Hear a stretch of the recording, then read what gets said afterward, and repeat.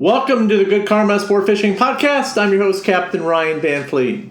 Hey guys, I hope everybody had a great weekend. It's been quite breezy, but we're actually experiencing a spring here in the Florida Keys. It's been many, many years since we've seen this sort of weather pattern, and not just the Keys, up and down the coast actually. So what does that mean for us? I really do feel that, despite, what's the word for it? We kind of got to suffer through it to get to the best stuff. And all I can say is I do believe that we're going to see a very, very, very good spring fishery into the summer. Okay? So what does that mean for you guys? Good stuff. But with that comes boat pressure. Okay? And that's something I'm going to talk about a little bit later on. But before I get into that, I do want to let you guys know that I have a new blog out. It's on my website, goodkarmasportfishing.com. Just go to the website, www.goodkarmasportfishing.com, and then you can go to the blogs, and it'll pop right up for you on the top. Now, what am I covering in this? Okay, so I'm going through the actual, a little bit of the science of the Mutton Snapper. And I do feel that before you can really start tapping into a fishery, you need to learn everything about it. And the first thing, I've always been like, hey, you got to respect the fish. So I see a lot of guys, when you hear the word respect the fish, that means how you're taking a picture with them. You do what we call the old Florida cheat, or the Florida Keys cheat, where you do the old extend arm, or you do the best one is when they do it's like when you do the one step, I call it. So you it's like you're dancing with the fish. You put your foot out and you make the fish look really bigger. So, yeah, so I don't care how you take a picture with your fish. I'm just saying it's awfully funny. But respecting the fish goes well beyond how you clean it, how you take care of it. I feel a lot more guys, are the way that they bring the fish on board the boat now, and how they take care of it. That's great. I love that. That's respecting the fish. But before you do all that stuff, the first thing I really feel is respecting the fish is that by learning everything about it, and that includes the science of the fish. Okay, so you can learn how to fillet a fish, you can learn how to tie a knot, you can learn how to do all this stuff, but really, in the end, our goal is to go out there and catch fish. Okay, and if you want to catch a big fish, going out there and having the science knowledge of that fish and how he moves and what he's doing is going to give you an edge. Okay, you can't rely. You can rely on a little bit of luck, and you can go out there, and anybody on any given day can go out there and catch a big fish, pure luck. Okay, but if you're going to consistently catch larger fish, that goes for any fish that you're targeting: snook, swordfish, mahi, freshwater fish, muskie, largemouth bass. The science of the fish should come first as far as the respect goes. And then along the ways, you can, start doing your fillet thing and doing all that stuff. But listen, I want to catch fish, okay, and deal with the filleting last, honestly. So if you're putting how to fillet a fish first, then I honestly would say, start learning how to hunt the fish, and that comes with learning the science behind it. All right, so the title of this blog is called A Scientific Approach to Mutton Snapper Fishing. Okay, so I tell a little story in here, which is a lot of fun. You can go through and read it, but there's been a lot of new studies that have come out about the Mutton Snapper, which is awesome, including their migrations. Now, you have a lot of theories out there, but there has been some acoustic studies that have been done as far as how they travel and so forth. So I encourage you guys to do some research on that as well. And now within the blog, one thing that I really want to help people with is when they catch a fish, they don't have a scale. Okay, so I've always get asked how much a fish weighs. Well, so what I did within the blog is I give you a table. Okay, now this is based on a bunch of studies and so forth, and the sources are in the blog as well, so you can look them up. So the Florida Mutton Snapper growth metrics, okay? Age 1, 6.3 inches in length, okay? Age 2, 11.7 inches. The annual growth of that fish is 5.4 inches, okay? Age 3, 15.3 inches. Now, this is interesting because we have a population explosion of 15 to 16 inch fish, which is great, okay? Which means that what we're seeing in the Tortugas and all that stuff is, as far as the protective zones of the spawning, is doing its job, okay? So that annual growth rate is 3.5 inches. Age 4, 17.5 inches. 10 years of age, 29.2. Average weight, 13 to 15 pounds, okay? So if you catch a 30-inch mutton, just know that it's about 30 inches, okay? Now, this is what's cool, okay? Now, we had been led to believe for many years, because the science was telling us that mutton snappers will live up to 20 inches. But honestly, there's been some new studies that have been released where they say that fish is going to live up to 40 years, from 20 years to 40 years, which is pretty badass. The maximum age confirmed is 40 years. That is a big fish. That the fish, 40-year fish are saying that the fish is like 30, it's going to weigh a little over 30 pounds. Okay? Where's that fish going to be caught at? I really do believe that fish is going to be caught in North Carolina or in Jacksonville. Not so much the Gulf. Okay? I really do believe that big fish is going to be caught in one of those zones, because what's happening is that there are a lot of nice quality fish being caught further to the north. Okay? Unpressured ledges off North Carolina. I do feel that's the mutton snapper fishing frontier. Okay? So Jacksonville, no-brainer. Very little fishing pressure for those fish. There's a few guys that target them up there. The fish get really big. Just a good safe spot for them. So again, off of that zone up there. But yeah, you can go through the blog again. You can go to goodkarmasportfishing.com, read through it. Over the course of the next month or two, I'm going to be talking more about the science of the mutton snapper as well. And then layering in a few fishing tips along the way. So just because I do feel that we're lacking on that side as far as educational goes with that fish. And again, respecting the fish starts with learning about the fish. So learning about it. Okay. Now I'm going to lead into what I talked about a little bit earlier. I do believe that we're going to see what we call a super spawn this year. And we've seen that in 2023, where it was pretty epic. Okay. It was up and down the coast. So I do believe we are going to see that for so many different reasons. Okay. We had a very cool winter. The water temperatures are perfect for these fish. And also, too, the dry Tortugas management is doing what it needs to do. Now, what's interesting is what we're seeing down there is that when you take a fishery and you close it down in certain areas like Riley's Hump and the western dry rocks, I don't know if a lot of you guys grew up, I grew up duck hunting, and you have all these reserves, okay? So fish know where they're safe, okay? So what happens is that there's no reason for those fish to migrate when there's bait, when the water's comfortable, when it's nice.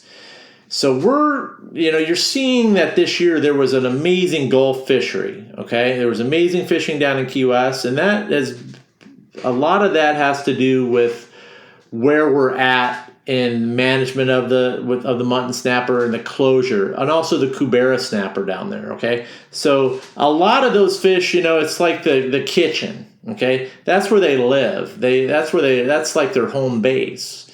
So over the past, prior to last year, we didn't have any hurricanes. The red tide was very minimal in the Gulf. The water quality was amazing. So a lot of the migrations are driven on poor water quality. The Gulf fishery, you get bad water, it pushes the fish. And we didn't have that last season for the very first season. Hence why you've seen amazing fishing in the Tortugas, Pulley Ridge, all those zones, okay? So why should those fish leave? And when you have a sanctuary and then that protects those fish, and then they know where to be, and then they venture out of them, then they're, so the guys have figured out the movements of those fish off the zones of the western dry rocks, the Tortugas. So yeah, they crushed them, and just how it went this year. That's how the fisheries work. So this year is going to probably be a little bit different, is because we actually had a winter, and what happens is that when the Mississippi River floods, it dumps all that plume into the water, nitrates and all that stuff. And then there is a risk of red tide this year, so we'll see how that all plays out. I hope it doesn't happen, but all that stuff is just so part of what happens in the Gulf of Mexico, or Gulf of America, whatever you want to call it nowadays. So we'll see what happens this year, because all that stuff, it pushes those fish. It pushes them out of the Gulf. It pushes them out of the Tortugas. And if the current's ripping, if you have a really nasty, a really nasty eddy down there, it'll push them out as well. But right now we're seeing that the Tortugas eddy's in the perfect spot, setting us up for some really good spring fishing and a really good spawn. So that's the type of stuff I'll be talking about here in the future, because I do feel that more needs to be talked about it. Because listen, there's a lot of stuff going on in the Gulf right now as far as like keeping red grouper season open and all these extended seasons during the spawning, which I do feel is absolutely not good for the fishery. So we have closures here on the federal side for a reason. We have closures on hogfish for a reason. And a lot of our hogfish were pushed out of the Upper Keys and found their way in the Gulf after Irma. So it was, a lot of fish got moved around and things just changed. So we have to be mindful of that stuff. And as far as seasonality goes and how the Gulf is managed versus the federal side, it's very different. So, but the spawning's not different. Okay, the spawning's not different. So I want you to keep that in mind. We used to hammer the hogfish here, but and that went away because we hammered them. So they just did, and then we had a couple of other things that happened, hurricanes and all that stuff that went down and moved a lot of fish around, and a lot of fish ended up in the Gulf. So, but yeah, it's just how it went. Okay. I talked a little bit about the super spawn. Okay. We are going to see I do believe we're going to see a super spawn when it comes to muttons this year. We're going to have a lot of them, but with that, we're going to have a lot of boat traffic. Okay. So there's a lot of different things that we can do to prepare. And I've been waiting 6 months to share this, to start this new course. Okay. There's a reason why I waited, because I wanted to get us closer to when stuff is going to happen. And so now's the perfect time, I felt, to launch this course. We're going to go over a whole bunch of new stuff that I'm doing. So if you go to goodkarmafishingtackle.com, and you will find what you'll do, you'll go to the main page, okay? And then you'll go to the best saltwater fishing courses and programs. I have a whole bunch there. And what you're going to see at first, you're going to see new 2026 strategy for high-pressured mutton snappers. These fish are high-pressured. Let's face it. We're going to see I've seen a lot of crazy stuff out there. I've seen guys that are like trying to block off the spots now. They're fishing together. All they're doing is burning that spot, actually, and drawing attention to it. But anyhow, so what I'm going to do in this new course, I'm going to go over rigging for the pressure, live bait versus dead bait, some different tips in there that I want to share that I haven't shared. And then I'm also go over some what I call some vault baits that sometimes getting bait can be very tricky. So, and sometimes when you're giving him like goggle eyes, for example, everybody knows about goggle eyes. So I got to tell you what, the fish are starting to catch on to goggle eyes. And if you run into a pack of fish and the fish aren't eating gogs, then they're probably eating something else. So the more the fish see, the more they become conditioned to it. Don't believe me? It's happening. It's starting to happen. So we're going to go beyond on how to fish these combat zones, I call them. So, and then also too, how to keep your spots from getting burned as well. So, but I'm super excited, and that's just some of the stuff we're going to cover. I can't go into too much about it just because of obviously some other stuff I don't really want to get into. But I'm super excited to share because I really want to see the fisheries fish a little smarter, and I want you guys to catch bigger fish more consistently. Okay. And you have to learn that this is just a different day and age, and we all have to learn that there's no going back. It's only going to get worse as far as fishing pressure goes, and I am wanting to help.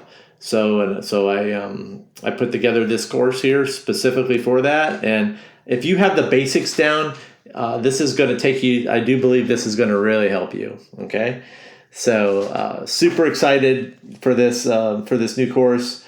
So we've got, and also too, I just want to do a quick fishing report here. So as far as what to look forward to here, obviously there's a couple things we're going to see the African pompanoes bite here off the upper keys and into the lower keys here after this wind. That bite's going to kick in here the closer we get to the new moon. So that'll be good. Obviously, if you guys are sail fishing, that's been the hot thing, with an occasional wahoo on the kite and all that good stuff. I don't kite fish for so many different reasons. So that's just, I don't want to even get into that. Okay. So also too, we've got I do believe that with the water temperatures the way they are, and with I think we're going to see our dolphin fishery recover this season. I really do. I really am thinking positive that we're going to have a very consistent dolphin fishery this season, just because of the nature of the environmentals that we're seeing, and a year without hurricanes, a year with pretty good stable water temperatures. So, and the cold weather was very good for the ocean. Okay, as far as like larva retention, as far as all that good stuff goes, as far as having a good spawn. So with that comes bait and all that other good stuff. The pilchers have been all over the place for guys. So we're just seeing a good recovery here. So that's my predictions with that. So I've been right. And also too, if you want to get in on that sailfish action, that's going to happen here probably here very soon. If it's not already happening off Marathon, you've got the Gulf Stream that's within 8 miles down there. So watch for 30-40 fish a days down there. Yeah, just the typical stuff with, now's your chance you can get in on that. You're going to have some bluefin tunas that are going to move through here within the next few weeks. There's been a few guys get lucky with the yellow fins on the kites and stuff. That's just typical stuff that happens down here in the month of April, especially when that Gulf Stream pushes in close. And also too, you have the Tortugas eddy is deflecting the Gulf Stream in down there off Marathon, which it usually does this time of year. So there's all these little tricks that you can do to stay ahead, and that's kind of the stuff that I just went over along a presentation in the Angler's Edge group to help those guys stay ahead here this fall, to give them an edge before all that fishing pressure sets in. So, but that's all I got, guys. Look forward to getting out there. And also too, if you're looking to book a charter with me here, I have availability this spring. You can email me at goodkarmaryan@gmail.com. We fish in 2 vessels. We're fishing the Invincible 37 Cat badass boat. Also, that's the boat you really want to book for going offshore and chasing dolphin this summer. So I would highly suggest you get in. We have, and one thing when you're booking a charter for dolphin, a tower does matter, and speed. Okay, you don't want to take forever to get out there. So if you're booking a slow diesel boat, you want to be able to get there quick, look for fish, and then and punt and recover if they're not there. So that's something that we can offer on the Intelosor with 4 engines, and she is fast and reliable. And also too, we have that boat rigged for badass bottom fishing with 2 Minn Kota trolling motors, and she's got a lot of room in there. Good Karma. She's still kicking ass, man. We got a new Seakeeper in her, and she's a fishing machine. And you guys know that Good Karma is the way she fishes with 0 rock and roll. She kicks ass. So if you've never if you're fishing on a 24-foot boat with a Seakeeper 2 in it, then you're not moving around too much. So she's badass fishing machine. Okay, guys, that's all I got. Go to my website, goodkarmafishingtackle.com, get signed up for the new course, and then you can. That's starting here. The first lesson releases on March 17th, and then we have 3 lessons with that, and then we have the final Q&A, which is live. I highly suggest you get involved. That's it, guys. And remember, anytime you're fishing, it's all good.